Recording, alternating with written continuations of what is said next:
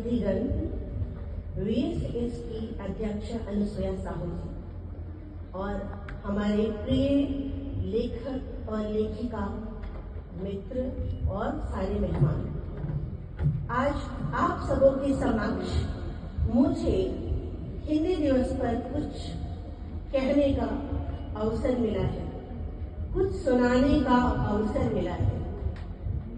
जैसा कि आप जानते हैं, महिलाएं सुनती थोड़ा कम है, सुनाती ज्यादा है।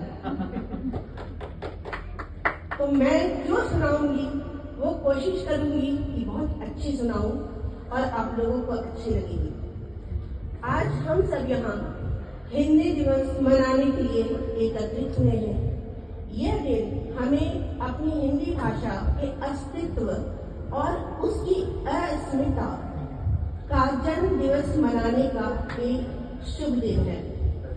और हिंदी भाषा सिर्फ महज एक भाषा नहीं है, यह हमारी चेतना, संस्कृति और कर्म की परंपरा का प्रतीक है।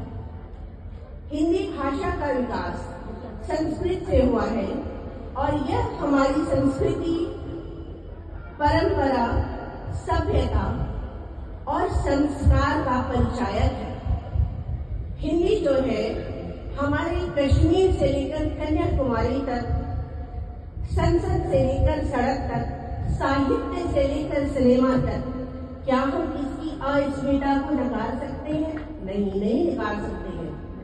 हिंदी वह भाषा है जिसमें वेदों की गूंज है, उपनिषद की आत्मबोध है, गीता का उपदेश है, पुनीत जी गीता का उपदेश है और संविधान की आत्मा है, कबीर की निर्भीकता है, रामायण की मर्यादा है, महाभारत की जटिलता है, जिसमें धर्म और अधर्म के सूक्ष्म प्रश्न हैं। और अंततः मैं कृष्ण से प्रभावित हूं तो जो भी बोलूंगी कृष्ण तो आएंगे। इसमें कृष्ण का कर्मयोग जीवंत है। एक प्रेरक बात मैं आप लोगों के समक्ष साझा कर रही हूँ। कर्मण्यवाधिकारस्ते मां फलेषु कदाचन।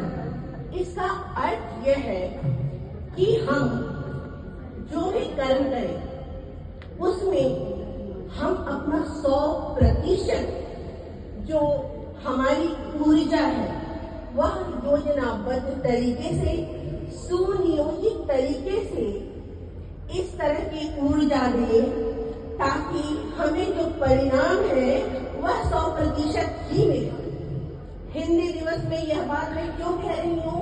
क्योंकि जो हिंदी भाषा जो है उसका विकास यदि हम करते हैं तो हमारी जो पीढ़ियां हैं, पीढ़ी दर पीढ़ी, उनको हम संस्कार ही नहीं देते, उन्हें अपनी हिंदी भाषा से सभ्यता सिखाते हैं, अपनी परंपरा को जीवंत रखते हैं।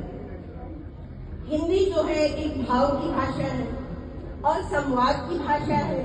और कृष्ण क्या है? कृष्ण भाव के देवता है, संवाद के आचार्य है और संस्कृति के प्रतीक है।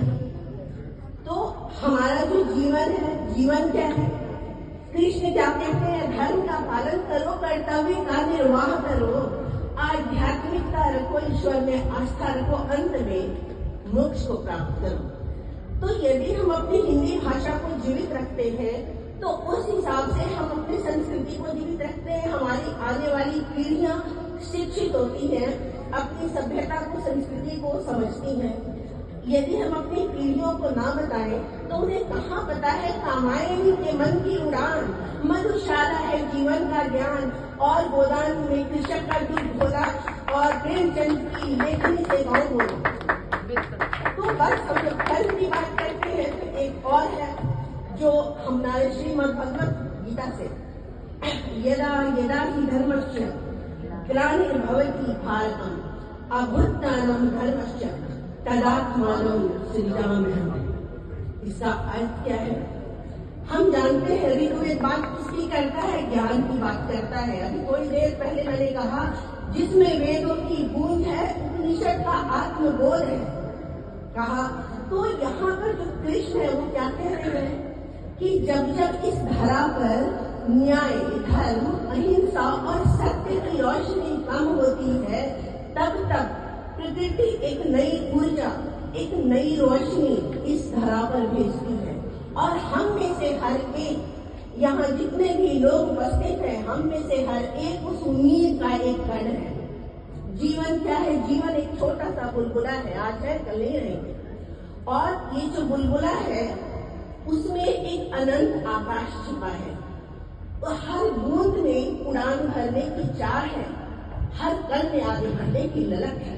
बात बस इतनी है कि शुचिता से, चरित्रता और कर्मठता के साथ कार्य कीजिए तो आप कोशिश करेंगे तो सफल भी हो जाएंगे। बस इतना कहने के साथ स्वामी विवेकानंद की दो बातें हैं जो मुझे याद आ रही है, तो मैं जरूर साझा करूंगी।